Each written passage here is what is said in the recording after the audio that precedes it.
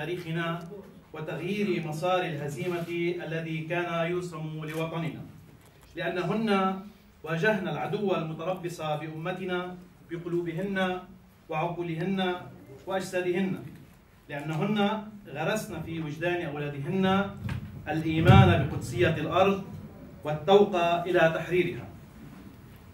نلتقي لنستعيد ذكرى مقاومات حملنا مشاعلهن ليطردن الظلام الذي كان مخيما، ولأن خطط أعداء أمتنا تعمد مع التهديد العسكري على التلاعب بالذاكرة الجمعية وتشويه ثقافة المقاومة ومحو الصفحات المشرقة من تاريخنا.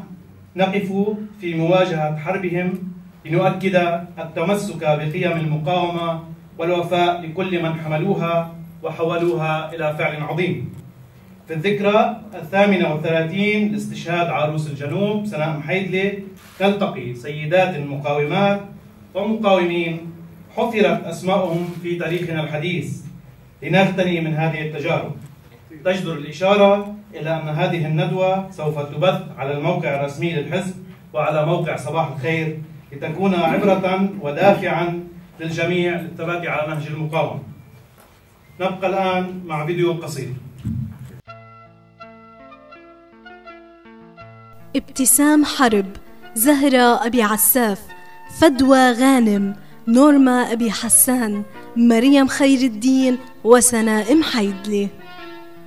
في الحزب السوري القومي الاجتماعي المرأة المقاومة كانت هي المقاومة. على درب فلسطين استشهدنا وبتنا قدوة لجيل عاصرهن وجيل لم يكن قد ولد بعد. لم يكن حضورهن عابرا، بل شكلن للمحتل كابوسا حقيقيا لم يدري كيفية إيقافه.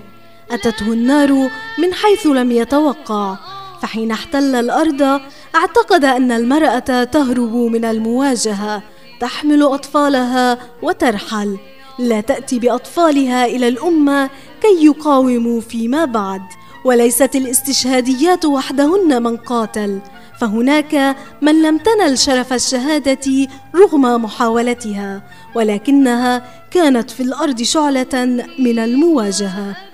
ميسلون فرحات. تحيا سوريا ويحيا سعادة. أنا صار عمري 65 سنة، من 45 سنة كنت على تخوم فلسطين. لم تكن المقاتلة في صفوف الحزب السوري القومي الاجتماعي ميسلون فرحات امرأة مختلفة عن باقي نساء المجتمع، بل كانت من تلك النساء اللاتي آمنا بقضية تساوي وجودهن، فانبرت للقتال في وجه الاحتلال ومشاريع التقسيم على السواء. أنا هاي طريقتي اخترتها، اخترت الطريق اللي أنا قادرة لها. لو مش قادرة ما كنت رحت، ما حد جبرني إنه روح.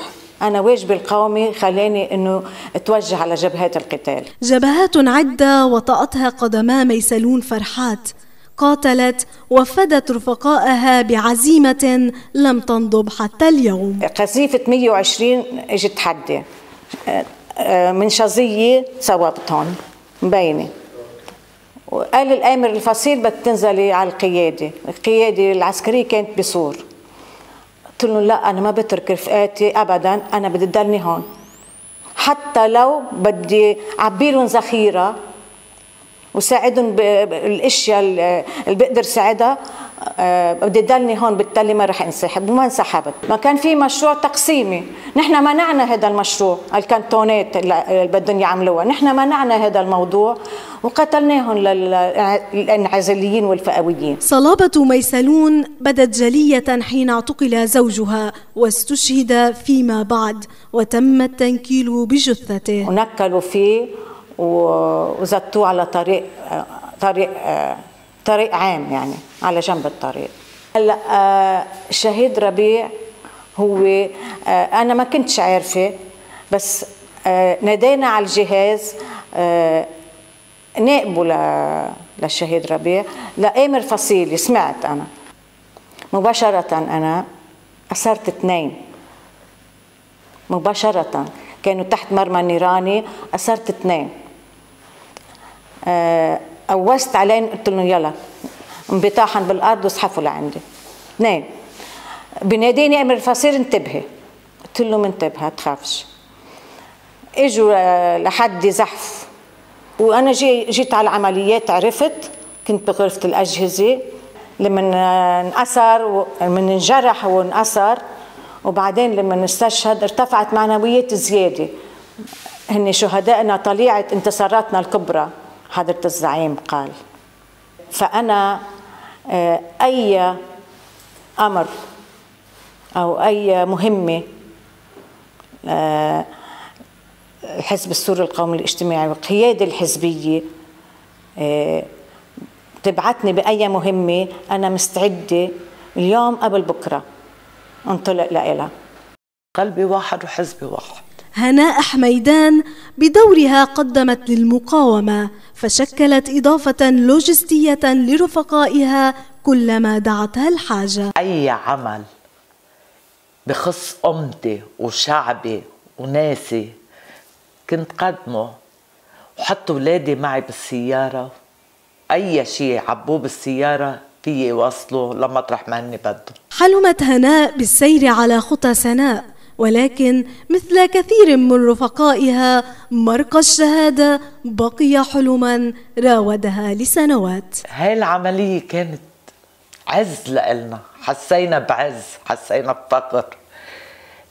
أنا جسمي بنمل بس أجيب هاي السيرة، وحلمي كنت أجي على لبنان وأعمل عملية استشهادية، مع أنه كان عندي ولدين. لم يتوقف عطاء هناء، فالمرأة المقاومة هي من تعطي في الحرب ومن تعطي في السلم.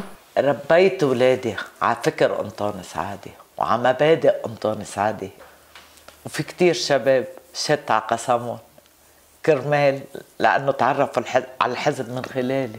ليبقى الحزب السوري القومي الاجتماعي محطة افتخار لكل من دفعته العقيدة نحو الفعل في الصراع من أجل أمة لا يجب أن تنكسر. معنا المقاومة ليلى خالد، فلسطينية من مواليد حيفا، تعتبر أول امرأة تقوم بخطف طائرة ركاب أمريكية وتحويل مسارها إلى سوريا بهدف إطلاق سراح المعتقلين في فلسطين. كما خطفت طائرة تابعة لطيران العال الإسرائيلية، كانت عضوا في الجبهة الشعبية لتحرير فلسطين، وهي الآن عضوا في المجلس الوطني الفلسطيني. المقاومة ليلى خالد، تفضل. انتصر على هذا العدو. بهذه اللحظة أقول تغيرت الدنيا، وهناك الكثير من المتغيرات الإقليمية والدولية، لكن هناك ثوابت لا يمكن ومبادئ في نظرتنا للحياة. نحن أمة وشعب لا يمكن أن يقبل بأن تهزم كرامته أو أن تجل كرامته. في لبنان هناك من التعقيدات الكثيرة، وهذا بفعل أعدائنا، وأعداء الداخل كما أعداء الخارج. ما زال لبنان يعاني ويتألم، ونحن نتألم معه. لكن عندما نتذكر صبية تقتحم جنود العدو، يا ترى لو كانت موجودة اليوم ماذا كانت ستفعل؟ أقول ستفعل نفس الشيء، ستواجه الفلسطيني وإلى آخره. هناك في معايير مزدوجة ومختلفة، لأن ميزان القوى حتى الآن بهذا العالم الظالم هو لصالح إسرائيل، ولكن هذا الكيان نعم هو أوهى من بيت عنكبوت. نعم، لقد جربت المقاومة مواجهة هذا العدو وهزمته شر هزم. ولذلك عندما أرادوا أن يردوا على الصواريخ التي انطلقت من لبنان لم يتمكنوا من أن يطلقوا أكثر من صليتين، فقط يوجه هذا العدو رسالة إلى شارعهم ليقول لهم أنا رديت على هذه الصواريخ. لكن في غزة أسقطوا العديد من الصواريخ، لكن بحذر شديد، لأنهم خافوا من أن الساحات كلها موحدة في محور المقاومة، وبالتالي محور المقاومة لن يسمح بعد اليوم بأن تستفرد إسرائيل بطرف من أطراف. في سجون العدو اليهودي انتمى إلى جبهة المقاومة الوطنية، تم اعتقاله عام 87 إثر اصطدام المقاومين مع كوماندوس إسرائيلي في عملية في جبل الشيخ تكبد فيها العدو خسائر الأرواح. تفضل حضرة المقاومة. صباح الخير للجميع. اسمحوا لي أعبر عن فخري وسعادتي وفرحي أن أكون معكم اليوم بهذا اللقاء المجيد، لقاء يكرم برمزية من نكرمه كل شهداء هذه المسيرة النضالية في مواجهة العدو الصهيوني، شهيدات وشهداء كان على الساحة اللبنانية أو على الساحة الفلسطينية أو الساحة العربية أو العالمية. سعادتي نابعة من أكثر من جهة. أول شيء عم بلتقي برفيقات ورفاق مناضلين ومناضلات يفتخر إنه يكون بيناتهم واحد منهم اللي كان لي ربما تجربة متواضعة على الرغم من المدة الطويلة، ولكن بما يقاس بتضحيات الشهداء والشهيدات نحن بنعتبر حالنا بعدنا ما قدمنا اللي هن قدموه لهذه المسيرة اللي نامل أن تتكلل بالنهاية بالنصر الكامل، بالنصر ودحر هذا المشروع الصهيوني عن أرضنا العربية بشكل كامل.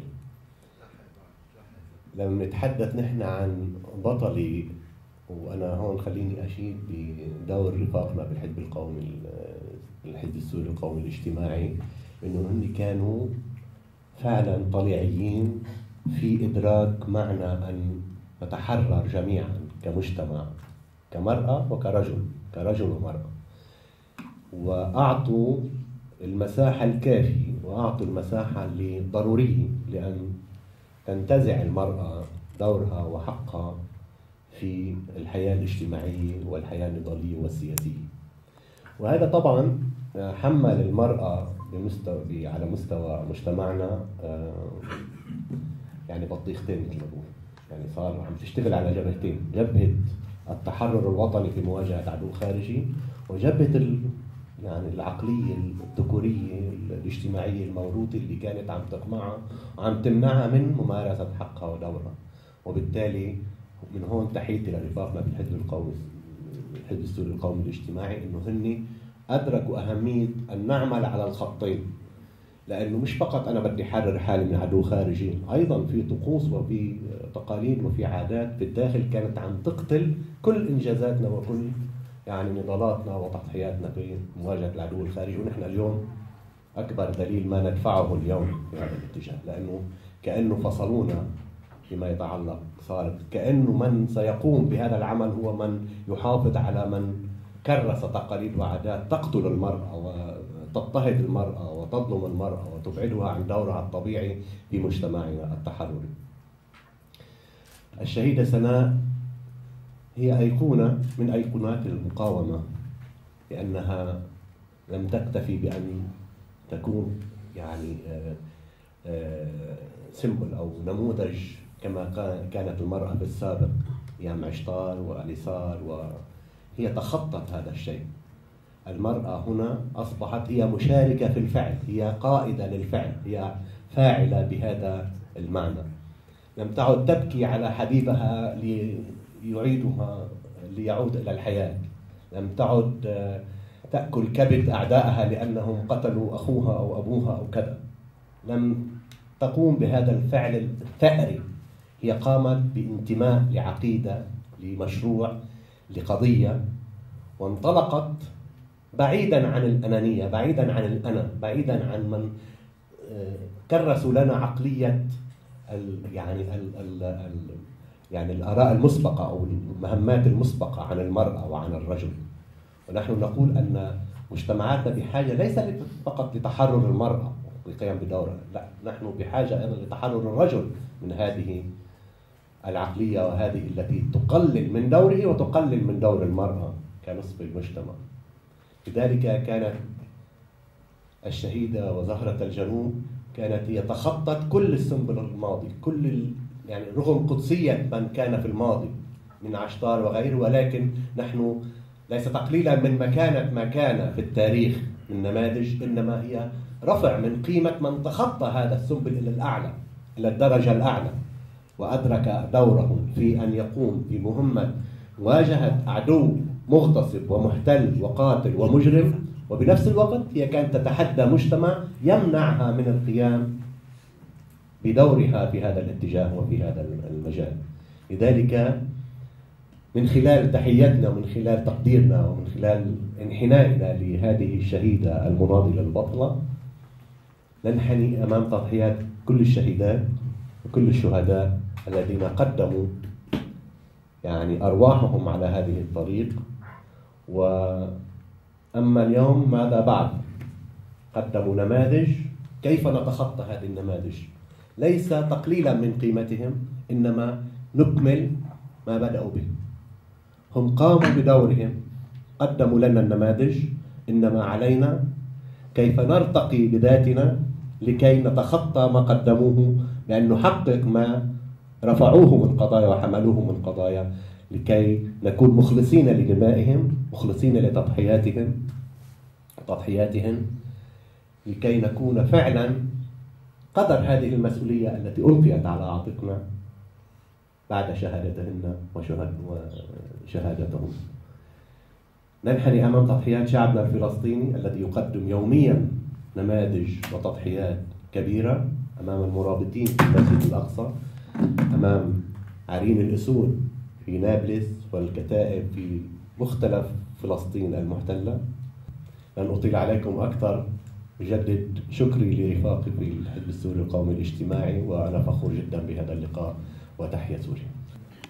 المقاومة سونيا بيضون من بلدة عيترمون الواقعة على الحدود مع فلسطين المحتلة، اعتقلت بسبب تواصلها مع المقاومة الإسلامية حزب الله في 25 من شباط 91.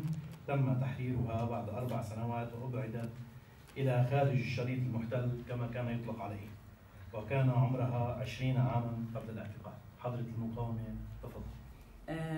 أن يخيموا على هذا الحق، ولكن من هيك قاعدة الحياة تقول أن الحق يحق والنور ينور يبقى نور، وأن الظلم سيزول حتما. في حضرة المجاهدة والمناضلة سناء محيدلي، وأنا كنت في مقاعد الدراسة عندما حدثت هذه العملية، قرأت أجمل السطور في حياتي فيها، وأيقنت أن هناك قوة دفع لما فعلته هذه المجاهدة والمناضلة. تحية إلى روحها ودمائها التي أروت أرض الجنوب بها. أنا والمعتقل كنت أنظر إلى السياج وإلى هذا القيد وأقول وكنت ميقنة أنه يوما ما سيتكسر وسيزول، لأن خلفنا رجال صادقين ومقاومة محقة، إلى أن صار التحرر. وجئت إلى المعتقل بلحظة تحرير الأسرى، وكما كنت أنظر إلى هذا ما سيحدث، وجدت أن كل القيود وكل ما كان يسبب لنا كابوس مثل العصبي كلبجة كله مبعثر على الأرض. كان أجمل منظر في حياتي ولن أنساه. أعد كل الأسرى بداخل الاحتلال بفلسطين وأعيش معهم بكل التفاصيل، لأنني عشت معهم، لأنني حتى الآن أعيش معهم. عندما أسمع أسير محرر منذ 17 عام و20 عام أتحدث بفرح لأولادي أقول لهم إنه اليوم أفرج عن أسير 14 سنة 17 سنة. بيحسوا إنه ليش عم بتكلم هيك؟ لأني أنا بحس بهذه الفرحة. أو ما كثير بحزن لما بعرف إنه امرأة عدة قصص عن سجينات أو معتقلات عندهم أطفال، وهناك عدد كبير ما بيروحوا من بالي أبدا. مرات كثير بيروح تفكيري إنه كيف هني، بس أنا بعرف وكل يقين إنه الامتحان بيصنع القوة، وبعرف شو عم بداخلها للأم المعتقلة عندما تكون بالقصر وعندها أولاد. ساعتها بتكون رغم هيك إنه عندها الولد وقديش الولد غالي على الأم، إنه يوقف أقوى ويسيطر على الأمومة. وأنا أقول وأعدهم ويقينا أن هناك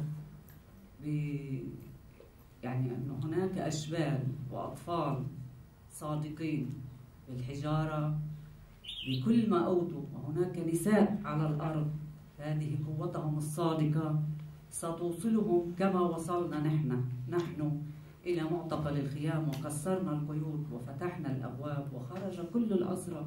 أرى هذا المشهد قريبا، وأن الأسر كله والأسرى كلهم سيتحررون بهذه القوة فقط، لا بلاد عربية، لا مؤتمرات، لا حوارات، لا اتفاقات أبدا.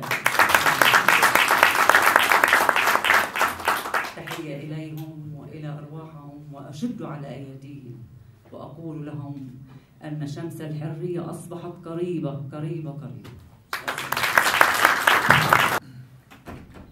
نتشرف كسوريين قوميين اجتماعيين أن تلبى اليوم دعوتنا إلى هذا اللقاء مجموعة من المناضلات المقاومات والمناضلين المقاومين في ذكرى عزيزة علينا وعلى كل من آمن بأن قتال اليهود هو السبيل الوحيد لتحرير الأرض، ألا وهي ذكرى من سبقتنا باندفاعها وجرأتها وفعلها الذي فعلا غير وجه التاريخ وأطلق شرارة دحر العدو عن جزء من أرضنا المحتلة.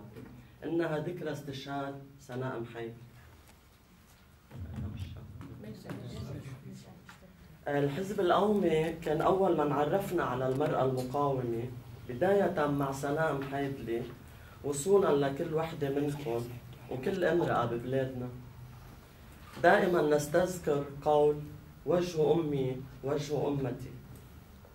أنا رويدة نحلة، مرأة جنوبية، أم ناشطة وأسيرة محررة، والأهم سورية قومية اجتماعية حتى النفس الأخير.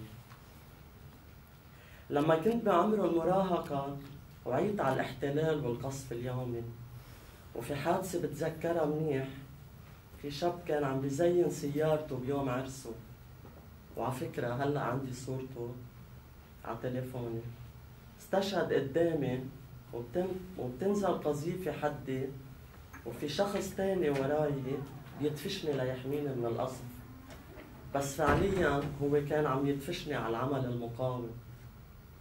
منظر الجثة وهالصدمة الكبيرة بقيت محفورة بذاكرتي، وعملت حافز عندي لحتى نواجه هيدا القهر والذل. هون أنا صرت فكر لحتى نواجه كيف بدنا نقاوم هيدا العدو اللي عم يقتلنا كل يوم. ولأنه الحياة وقفت عز فقط، دخلت في صفوف الحزب السوري القومي الاجتماعي. بعد سنين من مشاركتي والتطوع بجبهة المقاومة، أدت إلى أسري عام 1981 بعد ما أحد العملاء فسد علي.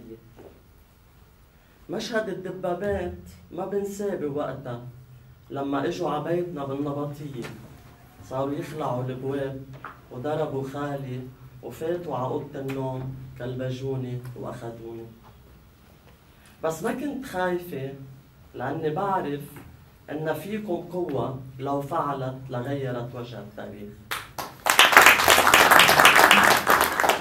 لهيك كنت قوية ولأنه أنا يلي معي حق مش هن، وأنا البنت الجنوبية اللي عم بتدافع عن أرضها ووطنها وهن الاحتلال. تحولت لأسيرة وكان عمري 18 سنة، وكانت رحلتي مع الأسر بواحد آب يعني بعز الصيف، وزتولي سرة فيها تياب شتوي.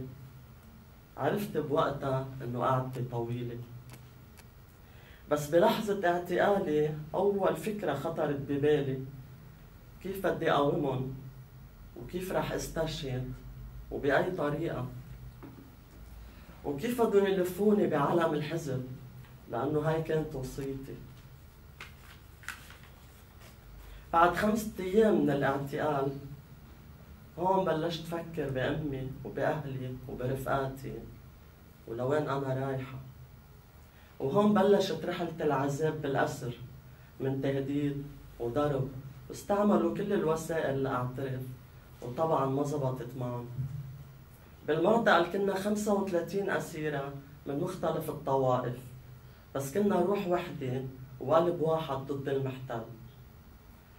طبعا بأحرج الأوقات وبداخل المعتقل كنت عم راقب كل الأسيرات كيف تجردت كل وحدة من طائفتها وتحولوا جميعا لقلب واحد. بكل لحظة صعبة مرقت بحياتي والاعتقال كان أبرزها أرجع لأنطونس عادي ليعطيني حافز لأبقى وأنتصر. بقلب المعتقل كنت ضل أقول هيدا الباب لازم يجي يوم ونحن نسكروا عليهم، اللي كانوا يعتقدوا انه صوته لما يتسكر يرعبنا. وانا بقلب المعتقل ما كنت مفكرة رح ارجع اطلع واكبر واتزوج واعمل عيلة وصير ام، بس لانه ورانا مقاومة طلعنا وعملت عيلة وصرت ام. صارت عملية التبادل الكبير، وطلعت واخذت معي الحياة وقت لارجع لحالتي الطبيعية. رجعت للحياة وكملت بالعمل النضالي والحزبي، وما اعتبرت يلي صار معي قصة كبيرة انه انا بطلة وخلصت الحكاية. بالعكس كملت بنضالي، لانه كل يوم واجبنا نقاتل ونقاوم بشغلنا، ببيوتنا، بأولادنا، بعملنا، لأنه العدو بعده عم يقتلنا وبعده محتل أرضنا وبعده عم يأسر البنات بعمر المراهقة وبعده عم يقصف العريس بليلة عرسه. لهيك رح نضل نخلف ونصير أمهات ونجيب مقاومين ومقاومات لنحرر أرضنا وشعبنا. ولأنه تعلمت من مدرستنا الفكرية بأن ليس لنا من عدو يقاتلنا بحقنا وأرضنا وديننا سوى اليهود. ودمتم من الحق والجهاد، ولتحيا سوريا وليحيا سعادة. المقاومة دينا جريس الخوري ناشطة وقائدة كشفية، شاركت في العديد من النشاطات الكشفية في الكيان اللبناني وعبر الحدود، ناشطة اجتماعية، منظمة نشاطات، مشاركة في عدة مؤتمرات، أقامت حملات توعية خاصة بالمرأة، هي نائبة رئيسة جمعية سبيلة ومسؤولة القطاع النسائي في حزب الاتحاد حاليا. تفضلي حضرتك. سيد حالي صراحة انه انا صغيرة كثير على المكان اللي موجودة فيه هلا انا. قدام هيدي الصبايا اللي تحملت بكل لحظة تعذيب وقاومت من كل قلبها وكان عندها هدف راقي كتير، دافعت عننا كلنا باسم السيدات كلهم.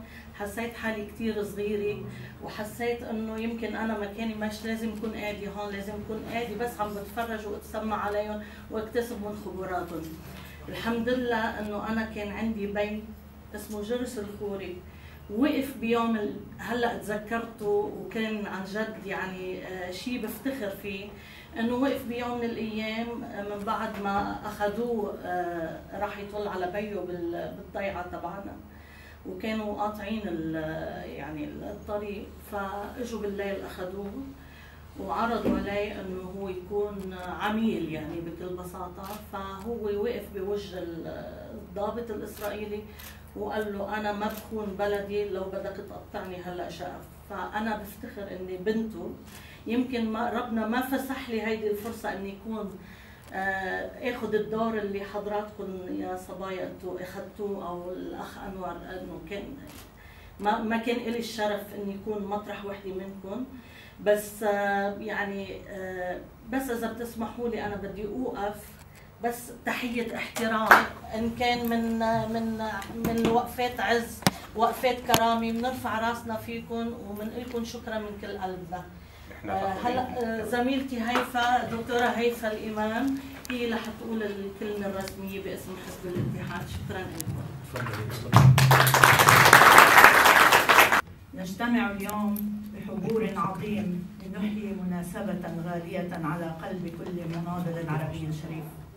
نجتمع اليوم على طاولة مستديرة لنستذكر بخشوع شخصية رسمت بمداد دمها طريق التحرر والنصر في لبنان.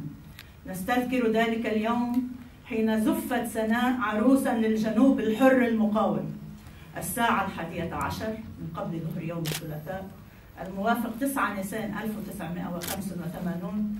ضجت وسائل الإعلام بخبر أثلج الصدور، خبر عن عملية ناجحة أوقعت خسائر كبيرة في جنود العدو الصهيوني، قدر عددهم ذلك الوقت ب50 فردا بين قتيل وجريح، بالإضافة إلى إعطاب وإحراق عدد من الآليات حسب بيان جبهة المقاومة الوطنية وقت ذلك. نستذكر هنا سناء محيدلي ابنة 17 ربيعا التي كان تحرير الأرض هدفها، والشهادة كانت قرارها، والانتقام للأطفال الذين قتلوا على يد العدو كان إصرارها، وانتصر الوطن والجنوب بها، وانهزم الظلم واندحر الاحتلال. من هنا وباسم حزب الاتحاد ورئيسه سعادة النائب حسن عبد الرحيم مراد الذي يرسل إليكم أيضا تحية المقاومة، أحببت أن أقدم مداخلتي على شكل لمحة صغيرة تاريخية عن نساء تربينا وربينا على رفض الذل ومقاومة القهر والظلم بشيم عربية أصيلة، عن ثنائيات صنعنا النصر بأنامل ناعمة، لأن المرأة المجاهدة هي خالقة للتاريخ وصانعته.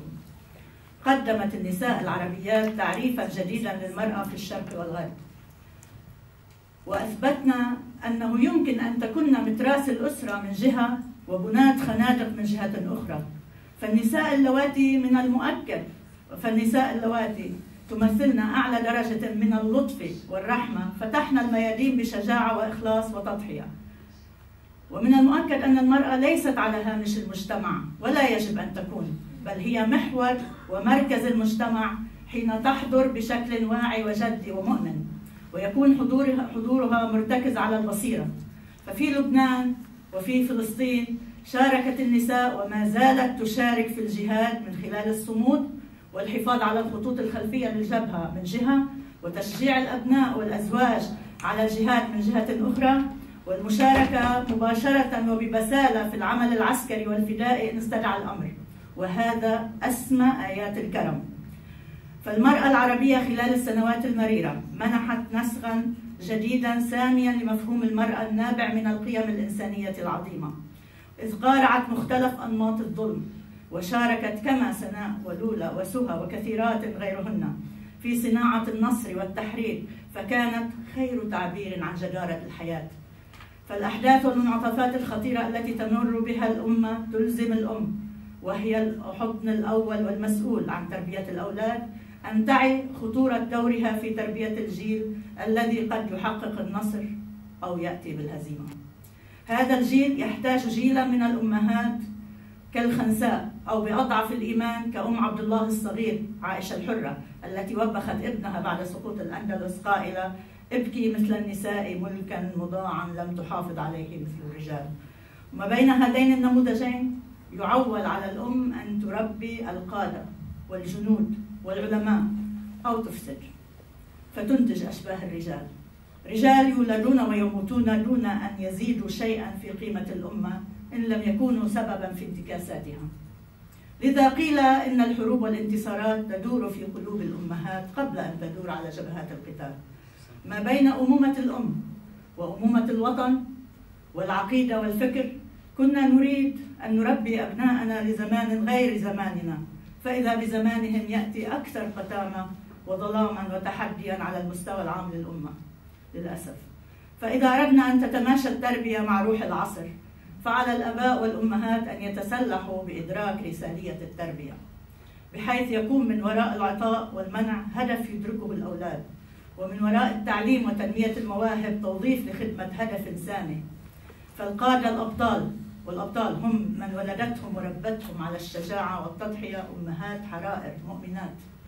ولا بد من التأكيد أن للمرأة دور محوري في مجريات المقاومة، فلم تترك ميدانا في المقاومة إلا وقت حمته ونافست الرجال وأثبتت صدق الانتماء والصبر والوفاء على نصرة القضية. وكان أهمها دور المرأة الفلسطينية في مقاومة المشروع الصهيوني، ودور المرأة اللبنانية في الانخراط في صفوف المقاومة اللبنانية لمواجهة الاحتلال الصهيوني، حيث كنا المقاتلات والممرضات والشهيدات، وهن أسمى مواقف العطاء عندما تستشهدنا. وشو ما حكينا عن قولة زياد الرحباني، لما نحن مش ميتين مش مستشهدين بعدنا أدنى من مستوى هذه الشهيدة التي قدمت روحها فداء هذا الوطن. ففي عام 1936 برز دور نضالي جديد للمرأة الفلسطينية، إذ كان هذه المرة في صورة عمل عسكري خاضته جمعية زهرة الأخوان التي أسستها مهيبة خورشيد. في ذلك يقول يوسف الشايب في مقاله حكايات البدايات المجهولة إن نشاط هذه الجمعية بدأ بالعمل الخيري والاجتماعي ومساعدة الطلبة الفقراء، ثم تطور إلى عمل عسكري منظم بعد حادثة مقتل طفل بريء أمام مهيبة خورشيد على يد جندي من الجيش البريطاني. وهذا الدور النضالي استمر بتصاعد خلال جهاد الشيخ عز الدين القسام، فقد تم تشكيل فرقة نسائية للمشاركات في الجهاد، ومنهن كانت سعاد الكيلاني، سعاد أبو السعود، سميرة أبو غزالي، عواطف عبد الهادي، عصام عبد الهادي، ورقية الحوري. وتمثلت مهام هذه الخيرية بتزويد المقاومين بالطعام والسلاح والتطبيب والجرحى، وبعضهن كنا يؤدين دور المراقبة. كان لهن دور أساسي في إنجاح عمليات القسام ورجاله، إذ أنقذنهم في أكثر من مرة من الوقوع في يد البريطانيين، وذلك وفق دراسة للباحثة فيحاء عبد الهادي.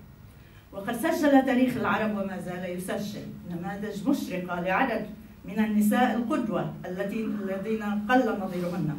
قدمنا كل التضحيات الممكنة وشجعنا أبناءهن على سلوك طريق الجهاد، وقدمنا الولد والاثنان والثلاثة.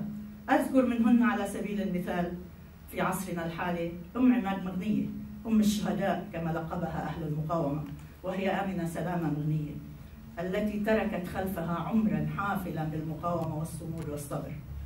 والدة الشهداء الثلاثة جهاد 1984، فؤاد 1994، وعماد 2008، وقد ظهرت إلى العلن بعد شهادته لتصبح أيقونة في مجتمع المقاومة وبين الشعواء الشهداء.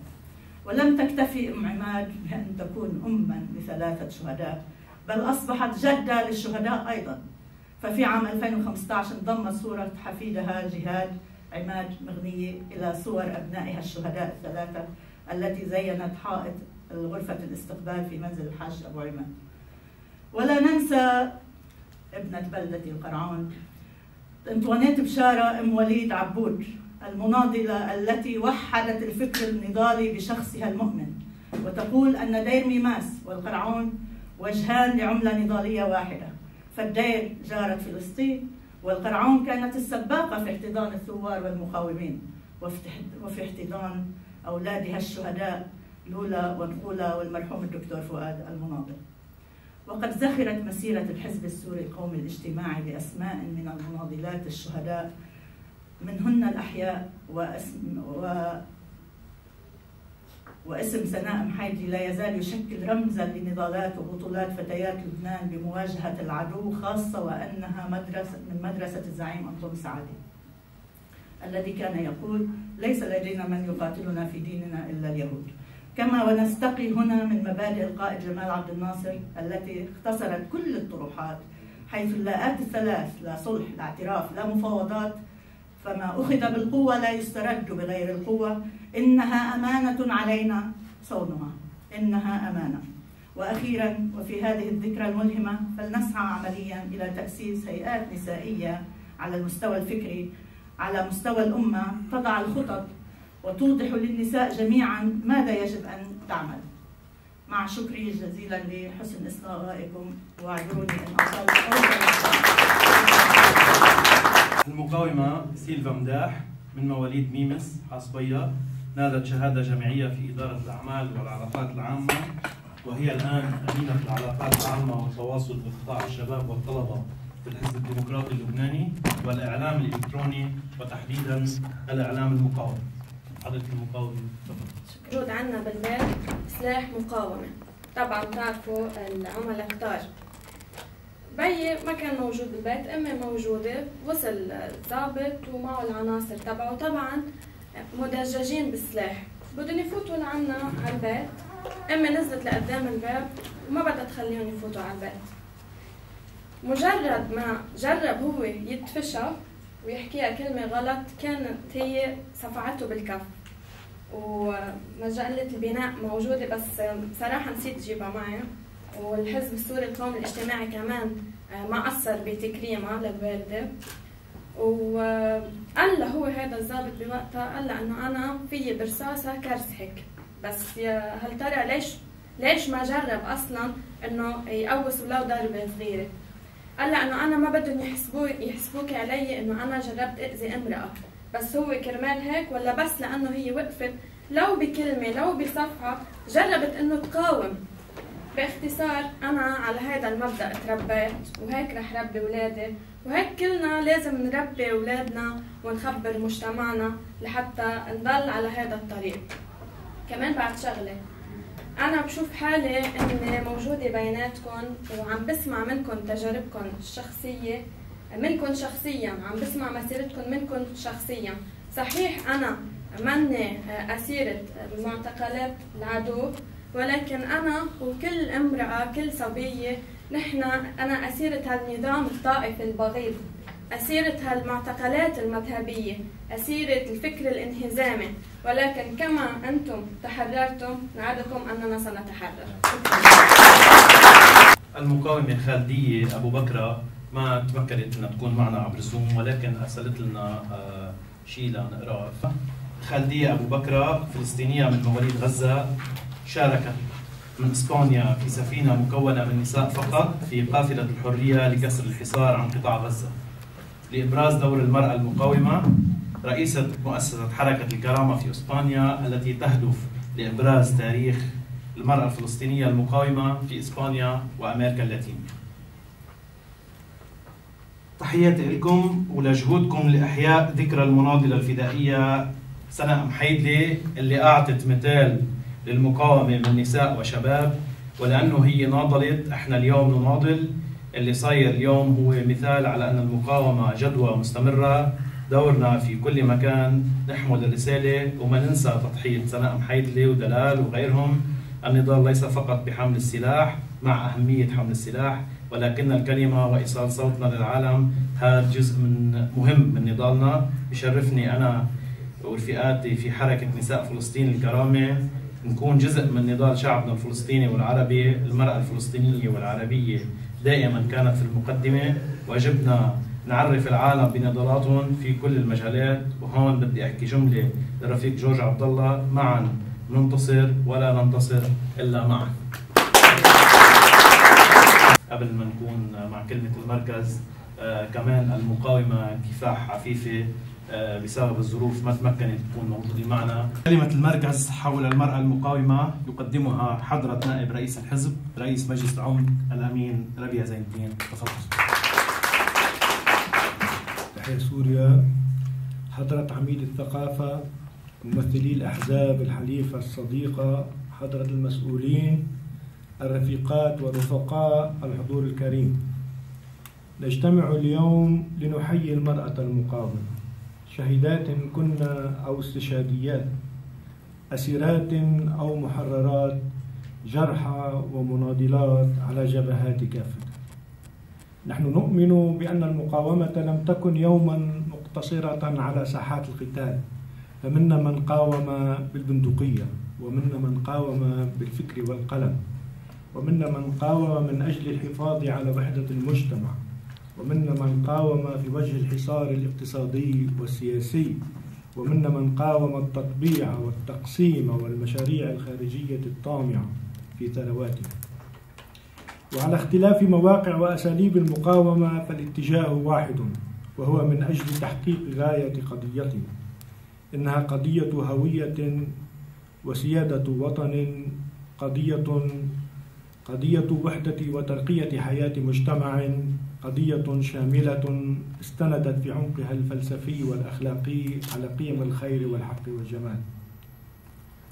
ولعل ما يميز نظرة سعادة إلى المرأة في مجتمعنا إنه لا يراها سوى فرد من أبناء مجتمعنا، نافيا كل أنواع التمييز. شأنها شأن الرجل، فالمرأة والرجل سيان في نضالاتهم ومسؤولياتهم، كما في حقوقهم وواجباتهم. وهنا نستند إلى سعادة في كتاب الصراع الفكري للأدب السوري، الجزء الأول من الأعمال الكاملة في الصفحة 349. يعتبر سعادة أن نهضة الشعب السوري ضرورية للتمدن، ولم يكن يرمي من وراء ذلك إلى غرض سياسي، بل إلى ما هو أعظم شأنا وأكثر فائدة. ويضيف أن الثورة السياسية أمر تافه إذا لم تكن مرتكزة على نفسية متينة تثبتها في قلب كل فرد، سواء كان رجلا أم امرأة، شابا أم شابة، يوحد العواطف ويجمعها حول مطلب أعلى، حتى تصبح ولها إيمان اجتماعي واحد قائم على المحبة، التي إذا وجدت في نفوس شعب بكامله أوجدت في وسطه تعاونا خالصا وتعاطفا جميلا يملأ الحياة أمالا ونشاطا. حينئذ يصبح الجهاد السياسي شيئا قابلا للإنتاج. وأما الوطنية القائمة على تقاليد رجعية رثة فهي شيء عقيم ولو أدت إلى الحرية السياسية. ونحن اليوم في شهر نيسان وفي ذكرى العملية الاستشهادية للرفيقة البطلة سناء محيدلي، التي أكدت أن للفعل البطولي المنبثق من إرادة المقاومة في نفوس أبناء الحياة أهمية كبيرة. فللعمليات الاستشهادية بعد استراتيجي في الصراع مع العدو. هذه العمليات التي قلبت موازين القوى وكرست المعادلة الأسمى، معادلة الموت ضربا لحياة شعبنا وأرضنا. فبقرار سناء وبقرار الاستشهاديين والاستشهاديات كان قرار الانتصار. إن الشهيدات بدمهن قدمن نموذجا صارخا للفداء، بإثباتهن نظرة سعادة أن العمل لا يكون قوميا اجتماعيا إلا إذا شاركت المرأة فيه. فالمرأة السورية لطالما رادت ساحات الفنون والأدب والصراع، وأثبتت دورها في الدفاع عن أرضنا، فمن إينانا وعشتار وأليصار وزنوبيا إلى سناء محيدلي وابتسام حرب وزهرة أبو عساف ومريم خير الدين وفدوى غانم ونورما أبي حسان، إرث مجبولا بالإرادة الصلبة معمد بالدماء الزكية التي خطت ملاحم العز. كما للسوريين القوميين الاجتماعيين تاريخ عظيم في دحر الاحتلال، لهم تاريخ مجيد في إسقاط المعابر، وهم من أسقطوا معابر الطوائف والكنتونات والكيانات من أجل استعادة الهوية وبناء المجتمع الواحد. وها نحن اليوم نكمل الطريق وننفذ وصية سعادة بالعودة إلى الجهاد.